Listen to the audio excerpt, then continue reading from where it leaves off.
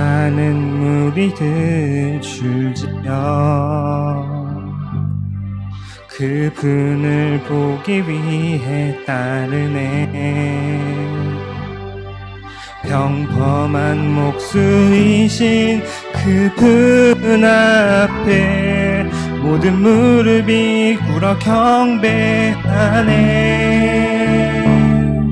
모든 문제들 하나하나 죽음까지도 힘을 잃고 생명의 근원 되신 예수 이름 앞에 모든 권세들 굴복하네.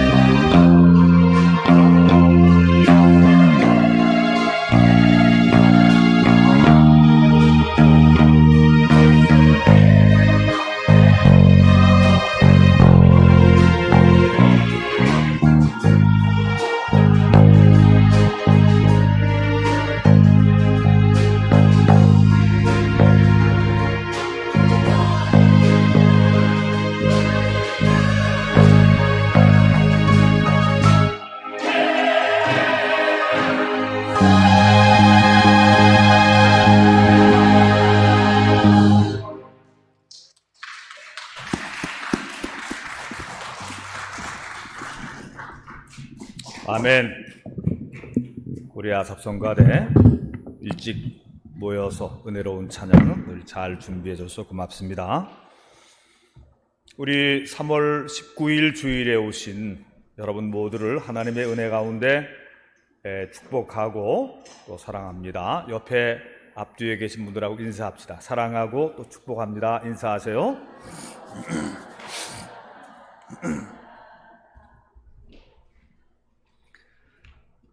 창세기부터 이어지는 말씀, 오늘은 에베네셀의 선지자 사무엘이란 제목으로 말씀을 나누려고 합니다. 출애굽한 이스라엘 공동체는 시내산에서 하나님이 반포하신 율법을 아멘으로 받고 하나님과 언약 맺은 백성이 되었습니다. 그들은 광야 40년 동안 연단을 받은 후에 드디어 요단강을 건너가서 약속의 땅 가나안으로 들어가게 됩니다. 그런데 바로 그 직전에 모세는 하나님의 뜻에 따라 이제 그가 사용하던 능력의 지팡이와 그가 입었던 두루마기를 후계자인 여호수아에게 물려주고 자신은 느보산으로 올라가게 되는 것입니다. 거기서 모세는 장차 자기 백성이 이룰 큰 나라를 이상중에 바라보면서 천국으로 부르심을 받게 되죠. 그 후 이제 한 세대 동안 여호수아가 모세에게 물려받은 그 사명을 따라서 자기 백성을 이끌고 그 젖과 꿀이 흐르는 그 가나안 땅을 하나씩 정복해 가기 시작하는 것입니다. 거기에 살고 있었던 아모리 족속, 헷 족속, 히위 족속, 브리스 족속 이런 그 여러 족속들을 이제 쫓아내면서 그들이 매우 음란하고 타락하고 우상 숭배하고 하나님이 그들을 그 땅에서 쫓아내도록 하신 것입니다. 그래서 그들은 조상 아브라함 때로부터 약속으로 받은 그 땅을 얻은 후에 이제 제비 뽑기 해서 그 땅을 차지하게 되는 것이에요. 어떤 지파는 저 북쪽으로 갈릴리 지역으로, 어떤 지파는 해변 쪽으로, 어떤 지파는 예루살렘 부근 또 이 요단강 아래쪽으로 이제 정착을 하게 되는 것이죠. 그들은 주로 목축을 하지만 농사도 짓고 상업도 하고 무역도 하고 해변에서는 또 물고기도 잡고 이렇게 해서 평화롭게 행복하게 살게 되는 것입니다. 그런데 출애굽과 정복의 사역, 이런 출애굽의 과정과 정복의 그 사역을 경험한 윗세대 어른들이 한 분, 두 분 이제 다 돌아가고 나서 이 정착한 가나안 땅에서 편안하게 태어난 어린아이들이 그들이 이제 세대 어른들이 되었을 때에 새 세대의 이스라엘 백성들은 하나님의 은혜를 예전처럼 그렇게 진지하게 감사하지도 않고 망각을 해가는 것이죠. 은혜를 잃어버렸다.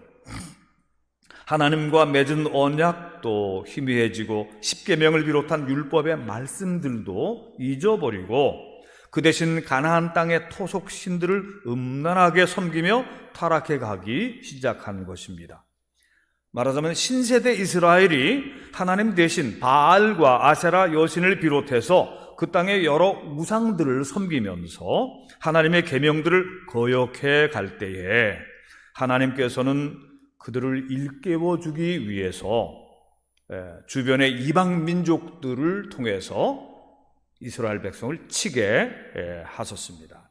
이스라엘 주변에 모압, 암몬, 에돔, 미디안, 아람, 블레셋 이런 그 족속들이 요단강 동편과 또 지중해 해안가에 자리 잡은 그런 그 족속들이 있었어요. 또 북쪽에도 강한 이방 민족이 또 살고 있었어요. 이런 나라들이 차례로 쳐들어와서 하나님 앞에 배은망덕한 이스라엘을 짓밟고 약탈하든지 감당하기 어려운 조공을 바치게 해서 이스라엘 백성은 옛날에 애굽 땅에서 당하던 학대를 다시 받게 되는 그런 아주 곤고한 처지에 놓이게 되었던 것입니다. 그렇게 쓰라린 고난을 당하게 되었을 때에 이스라엘 백성은 그 고난의 원인이 무엇인가를 생각하게 되고 자기들이 조상 쪽부터 내려오는 믿음을 저버렸고 하나님과 언약을 저버렸고 그래서 우상 숭배하고 하나님을 거역한 탓이라고 하는 사실을 깨닫게 되고 뉘우치고 회개하고 이제 돌아오게 되었어요. 구원해 주시기를 간절히 기도하게 되었던 것입니다. 그럴 때에 하나님께서는 언약의 백성 이스라엘을 불쌍히 여기시고 성령에 감동된 사사를 세워주셨어요. 그러면 성령에 감동된 그 사사의 영웅적인 지도력 하에 침략자들을 물리치고 번영된 나를 되찾게 그렇게 해주셨습니다. 이 사사라는 말은 말이죠, 이 판사, 재판장이라는 의미도 있고 또 선생이라는 의미도 있고 또 선지자라는 의미도 이렇게 같이 가지고 있어요. 당시에는 아직 이스라엘이 왕정 국가가 되지 않았고 왕이 없었던 시대에 이 사사가 재판장으로 혹은 스승으로 또 그들의 지도자로 이렇게 서게 되었던 것입니다. 그래서 그 사사가 살아있는 동안에는 이스라엘 백성들이 평화와 번영을 누리게 되는데, 근데 그 위대한 사사가 돌아가시면 또다시 백성들은 은혜를 잊어버리고 우상을 숭배하고 음란과 패역한 생활로 또다시 타락해 갔어요. 그런데 그러면 그 백성들이 하나님께서 또 다른 민족이 이스라엘을 옆구리를 치든지 또 점령을 하든지 약탈을 하든지 또 많은 고난을 당하게 하시면 이스라엘 백성은 또 다시 회개하는, 고난 중에, 시련 중에 회개하는 그런 시간을 갖고 다시 하나님께로 돌아오는 또 그런 회개의 역사가 또 일어납니다. 그러면 하나님께서 또 다른 사사를 세워주셔서 그들을 구원해 주시곤 하셨는데, 이처럼 사사시대는 어떤 사이클이 돌아가고 있어요. 평안과 번영의 시대, 그리고 해이와 방종의 시대, 시련과 고난의 시대, 그리고 회개와 구원의 시대로 회복되는 이 사이클이 도는데, 이게 거의 한 세대나 한 두 세대 이렇게 겹쳐서 이게 돕니다. 이런 역사적 관점을 이 신명기적 사관이라고 부르기도 해요. 한번 따라해 봅시다. 신명기적 사관. 이게 이제 구약 성경의 5경이 창세기, 출애굽기, 레위기, 민수기, 신명기, 이게 이제 5경입니다. 근데 이 특별히 신명기에 모세를 통해서 주신 하나님의 율법이 잘 정리가 되어 있어요. 그리고 그 말씀의 주제는 너희가 이 말씀을 잘 듣고 지키면 들어와도 복을 받고 나가도 복을 받고 너희 떡방죽 그릇이 넘치고 포도나무가 그 열매가 많고 다 이렇게 이제, 그러나 만약에 너희가 이 말씀과 계명을 어기고 또 거역하면 들어와도 저주를 받고 나가도 저주를 받고 하나님 앞에 무서운 심판을 당하게 될 것이다. 이런 조건부 축복이 있어요. 그런 관점에서 이스라엘 역사를 이렇게 정리한 것이 사사기, 또 여호수아, 사무엘 상하, 열왕기 상하, 이 이스라엘 역사서가 그런 관점에서 기록된 그런 역사서인 것입니다. 그래서 이것을 신명기적 역사서라고 합니다. 신명기적 역사서. 역대상하도 역사 얘기긴 한데 그건 조금 관점이 조금 달라서 그 앞에 있는 것을 신명기적 역사서라 이렇게 말합니다. 이스라엘의 그 사사 시대의 유명한 사사들로서는 삼손, 기드온, 입다, 드보라 이런 그 사사들이 있어요. 그리고 사무엘도 사사 중에 한 분이에요. 마지막 사사입니다. 근데 이제 사무엘은 사사보다는 선지자로 더 알려져 있지요. 근데 이 사무엘은 원래 그 사무엘의 어머니의 이름이 한나인데, 한나는 아기를 낳지 못하던 여성이에요. 그래서 다른 사람들이 다 아기가 있는데 아기를 못 낳아서 늘 서러워하고 또 속상해했는데, 어느 날 어떤 절기 때에 그 남편 엘가나와 함께 당시에 그 하나님의 언약궤가 모셔져 있던 실로라고 하는 그 중앙 성소가 있어요. 그 실로에 기도하러 갑니다. 기도하러 갔는데 이 한나는 금식하면서 울면서 기도해요. 하나님, 저에게 아들을 낳게 해주시면 그 아들을 하나님께 도로 바치겠습니다. 아들의 머리를 깎지 않고 삭도를 머리에 대지 않고 아들을 하나님께 바치겠습니다. 이렇게 서원의 기도를 드립니다. 하나님께서 그 한나의 간절한 기도를 들어주셨어요. 그래서 그 이듬해 아들을 낳게 됩니다. 근데 그 이름을 그 엘가나와 한나가 그 이름을 하나님께 기도해서 아들을 얻었으니 이렇게 짓자. 사무엘, 기도해서 얻은 아들, 그런 의미가 들어있는 것이죠. 사무엘로 이름을 지었어요. 그리고 한나는 너무너무 사랑스러운 금쪽 같은 아들을 젖먹이고, 그리고 젖을 뗀 후에 하나님과 약속을 지키기 위해서 그 어린 아기를 데리고 실로의 성소로 올라갑니다. 실로의 성소로 올라가서 제가 몇 년 전에 여기 와서 기도해서 또 제사장님도 축복해 주셔서 제가 아들을 낳았는데, 그때 하나님께 약속한 그 약속을 지키기 위해서 이 아이를 하나님께 바칩니다. 그랬어요. 그래서 이 사무엘은 아주 어렸을 때, 이제 뭐 간신히 젖대고 자기 이제 걸어 다니고 앞가림 할 때, 그때부터 하나님의 성소에서 하나님의 심부름꾼으로 자라게 되는 거예요. 엘리 제사장의 밑에 심부름꾼으로 자라나게 되는 거예요. 근데 이 엘리 제사장은 뭐 젊을 때는 괜찮았다고 그러는데 나이가 많이 늙었어요. 그리고 많이 늙고, 그리고 이 성경의 기록을 보면 그 시대에는 하나님의 말씀이 희귀했더라 그랬어요. 이게 영적으로 굉장히 희미해진, 영적으로 굉장히 좀 이렇게 타락된, 영적으로 하나님의 말씀 은혜가 희귀한 그런 시대였다. 근데 이 아들들이 둘이 있는데, 홈리와 비느하스라고 하는 이 아들들이 아버지만큼도 못하고 이 사람들이 스캔들을 끌고 다니는 거예요. 하나님 앞에 제물을 올려드리는데, 어떤 것은 양이나 염소 혹은 송아지에 고기를 드릴 때 번제는 그냥 태워드리는 것이지만, 화목제라든가 어떤 그런 다른 또 제사들은 삶아서 드리기도 하고, 또 제물을 이렇게 해서 하나님께 드리는 목, 제사장에게 드리는 목 이렇게 나누게 되는데, 하나님께 드리기도 전에 자기들이 먼저 챙겨요. 자기들이 먼저 자기들이 원하는 제물을 챙겨가요. 성소 안에서 일하는 여성들을 건드려요. 성추행 스캔들이 또 이 젊은 제사장들에게 또 따라다니는 것입니다. 그래서 하나님께서 그 엘리 제사장에게 진노하시는 거예요.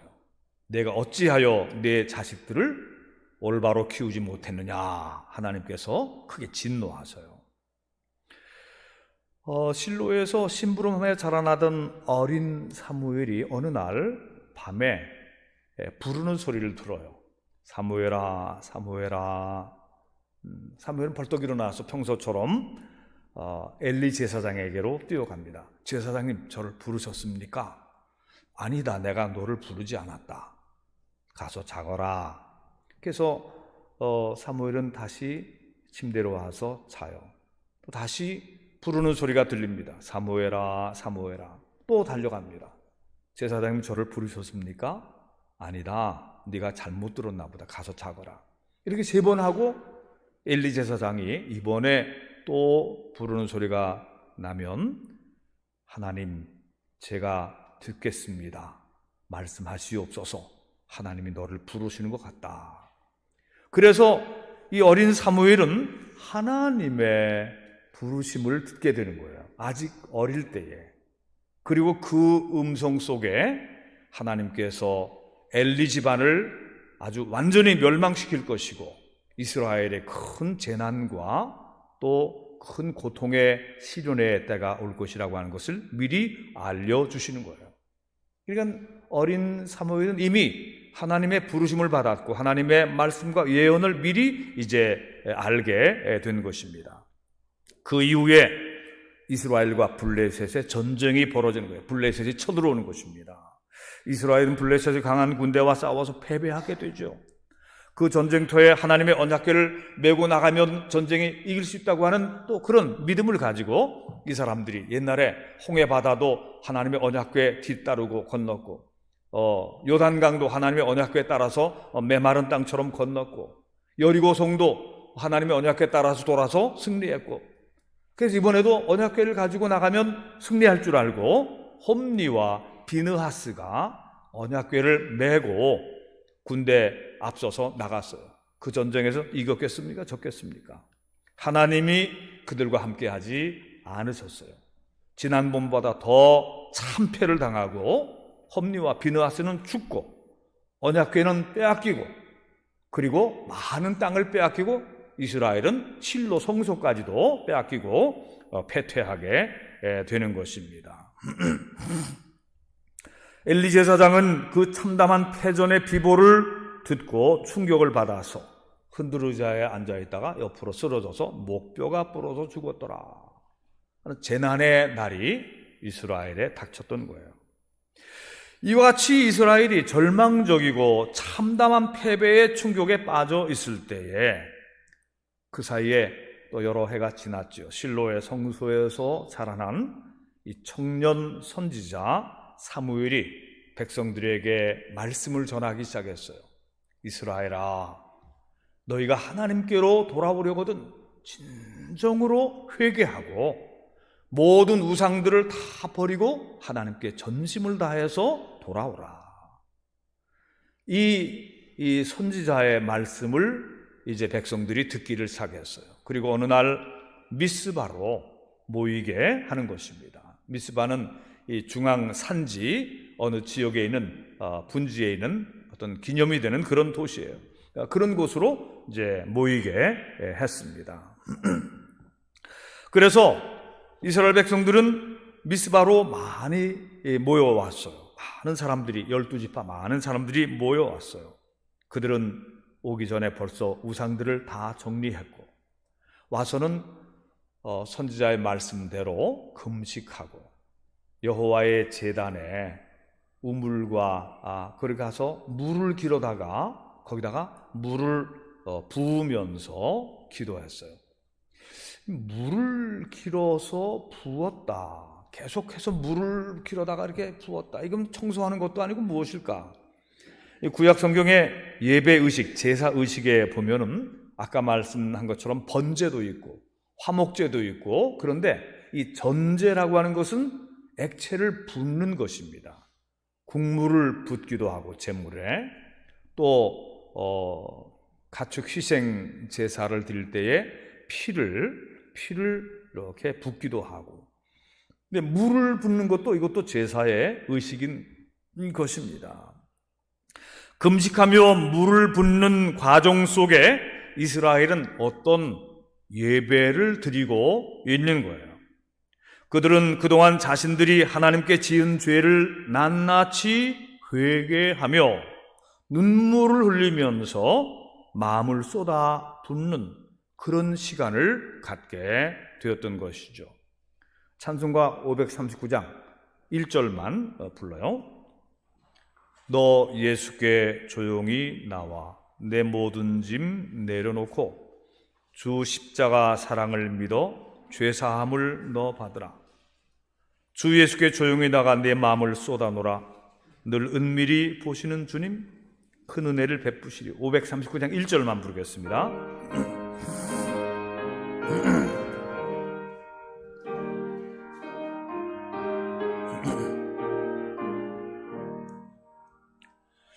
너 예수께 조용히 나와 내 모든 짐 내려놓고 주의 십자가 사랑을 믿어 죄사함을 너 받으라. 주 예수께 조용히 나가 내 마음을 쏟아놓으라. 늘 은밀히 보시는 주님 은혜를 베푸시리. 아멘. 사랑하는 성도 여러분들이요, 우리도 이 사순절 특별 새벽기도 기간 동안에 새벽잠을 줄이고 특별한 마음으로 물을 길어 주님의 제단에 붓는 마음으로 눈물로 새벽기도의 제단을 쌓아보십시다. 그동안 알고 지은 죄, 모르고 지은 죄, 습관적으로 또 지은 죄들까지도 낱낱이 회개하면서 진심으로 뉘우치고 간절한 마음으로 기도하는 시간을 가지십시다. 사랑하는 성도 여러분들이요, 여러분이 지금까지 살아오는 동안에 회개다운 회개를 한 번이라도 해보셨습니까? 그동안 이기적으로 자기 중심적으로만 살아온 지난 날들을 돌아보면서 물을 길어 붓듯이 마음을 쏟아놓는 그런 회개의 시간을 한번 가지십시다. 하나님을 먼저 생각하지 않고 실제로는 항상 하나님을 내 인생에서 후순위, 늘 끝순위로 두고 살아왔던 지난 날들, 바로 그런 것이 우상 숭배의 삶이 아니겠어요? 우상 숭배의 삶이 뭡니까? 가서 어떤 형상에게 절하는 것, 그것도 우상 숭배지만 하나님을 모든 결정에 제일 후순위로, 제일 끄트머리로 놓고 사는 삶, 그게 우상 숭배죠.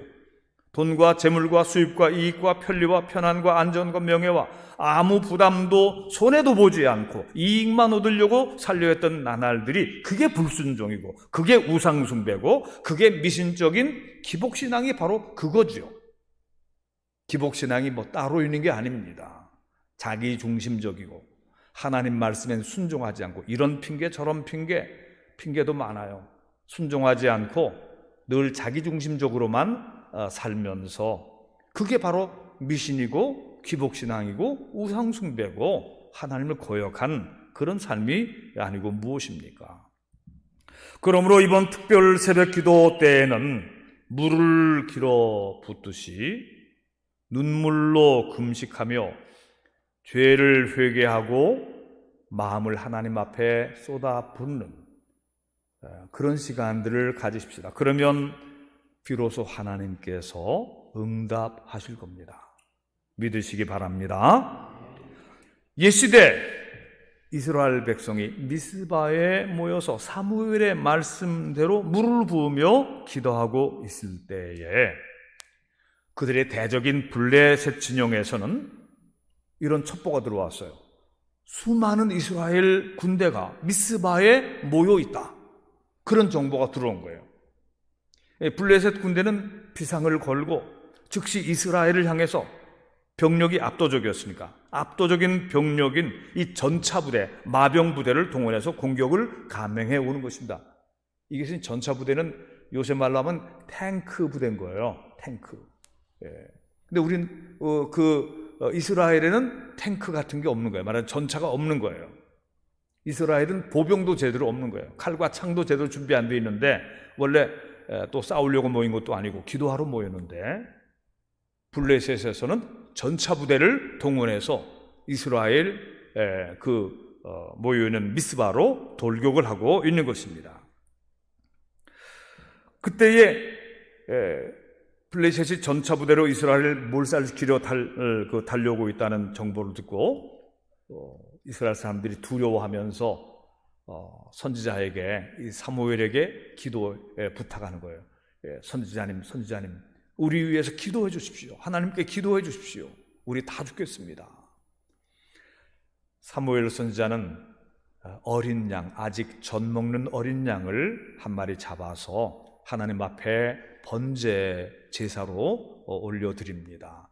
그것의 피를 제단에 뿌리고 그것에 그 몸통을 다 하나님 앞에 불태워서 드리면서 간절하게 이스라엘을 구원해 주시도록 기도하는데, 갑자기 하늘에서 천둥과 번개가 내리치기 시작했어요. 번쩍 번쩍 우르릉 쾅쾅. 여러분 이런 소리를 멀리서 들을 때는 문제가 안 되는데 가까이에서 이 천둥 번개와 벼락 떨어지는 소리를 들으면요, 사람도 다 너무 놀라서 기절하게 됩니다. 그런데 이 말 같은 이 동물이 이게 한번 놀라면요, 막 뒤집어져요. 말이 놀라면요, 미칩니다, 말이. 그러니까 이 블레셋 군대가 전차를 가지고 막 달려오다가 이 벼락과 천둥 번개가 막 치니까 이 말들이 놀래서 막 뒤집어지는 거예요. 다 뒤집어지고 막 서로 부딪히고 막 달아나고 깨지고, 그래서 블레셋은 그 자체로 엉망진창이 되는 것이죠. 혼비백산이 돼서 살아남은 자들은 다 달아나고 있는 것입니다. 이날 이스라엘 백성은 이 패닉에 빠져서 패주하는 블레셋 군대를 쫓아가면서 일망타진하는데 벳갈 아래 센 지역까지 추격했고, 블레셋 사람들의 빼앗겼던 도시, 블레셋 사람들한테 빼앗겼던 에그론과 가드라고 하는 그 주요한 도시들까지 다 되찾았어요. 제가 이 지도를 보고 확인해 봤더니 미스바에서부터 한 50km 떨어진 지역을 하루에 다 회복을 시킨 거예요. 동서남북으로 한 50km 정도의 반경. 그리고 거기에다가 에벤에셀이라고 하는 도움의 돌, 하나님이 우리를 여기까지 도우셨다, 그 기념 비를 세우는 것입니다. 광개토왕 비 같은, 진흥왕 순수비 같은 그런 비를, 기념 비를 세우는 것입니다. 사무엘상 7장 12절부터 14절, 오늘 읽은 그 봉독한 부분의 그 뒷부분인데 여러분 한번 찾아보시기 바랍니다. 사무엘상 7장 12절부터 14절 부분 찾았으면 우리 함께 봉독을 하겠습니다. 12절 시작.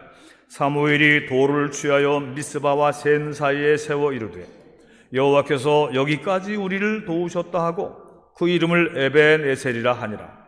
이에 블레셋 사람들이 굴복하여 다시는 이스라엘 지역 안에 들어오지 못하였으며 여호와의 손이 사무엘이 사는 날 동안에 블레셋 사람을 막으심에 블레셋 사람들이 이스라엘에게서 빼앗았던 성읍이 에그론부터 가드까지 이스라엘에게 회복되니 이스라엘이 그 사방 지역을 블레셋 사람의 손에서 도로 찾았고, 또 이스라엘과 아모리 사람 사이에 평화가 있었더라. 아멘. 백성들은 선지자 사무엘을 신뢰하고 존경하며 따랐고, 그리고 사무엘이 이스라엘을 다스리는 동안에는 블레셋의 군대나 어떤 다른 이방 나라들도 이스라엘을 넘보지 못했고, 사무엘은 이스라엘 여러 지역을 순회하면서 나라를 다스렸다. 사랑하는 성도 여러분들이요, 이 신명기적인 역사의 이 사이클에서 볼 때에 오늘 우리의 시대는, 오늘 우리들은, 오늘 여러분들은 어떤 역사의 사이클에 와 있다고 생각하세요? 우리나라의 역사를 보면은, 이 근대사를 보면 잃어버렸던 나라를 되찾고 해방과 건국의 기쁨을 누린 지 얼마 안 돼서 6.25 전쟁이 터졌잖아요. 혼란과 가난, 남의 나라에서 식량 원조까지 받던 참 부끄러웠던 시절도 있었어요. 그런데 그런 어려움 중에서 우리 부모님 세대는 눈물을 흘리면서 하나님께 기도했어요. 새벽 기도와 밤 기도로 열심히 교회에 모여서 우리를 가난과 비천한 처지에서 구원해 주시기를 간절히 구했습니다. 그랬더니 하나님께서 우리를 불쌍히 여기사 가난을 극복하고 세계적으로 부유하고 풍성한 그런 환경에서 살게 해 주신 것입니다. 그런데 그렇게 번영한 후에 우리나라 국민들이 너무 해이해지고 교만해져서 이제는 하나님께 감사할 줄도 몰라요. 지 잘나서 잘 사는 줄 알아요. 하나님이 어디 있냐고 그렇게 말하는 사람들이 많아요. 주일 예배도 잘 안 나와요.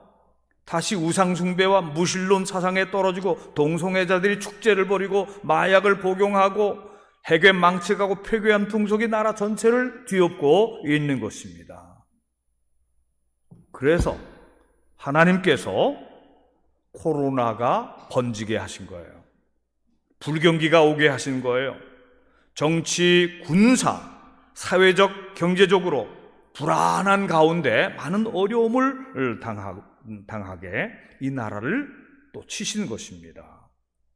지금 이 나라가 벌 받는 시기이고 시련과 환난이 닥친 시기이므로 이와 같은 때야말로 깨닫는 자는 들을지어다, 말하자면 귀 있는 자는 들을지어다 하신 말씀처럼 다시 회개운동이 일어나야 될 때인 것입니다. 회개하지 않으면 이런 시기가 계속 오래되고 그러다가 멸망당하게 되겠죠. 전쟁이 안 일어난다고 하지만 회개 안 하면 어떻게 될지 모르는 것입니다. 지금은 회개운동이 일어나야 할 때입니다.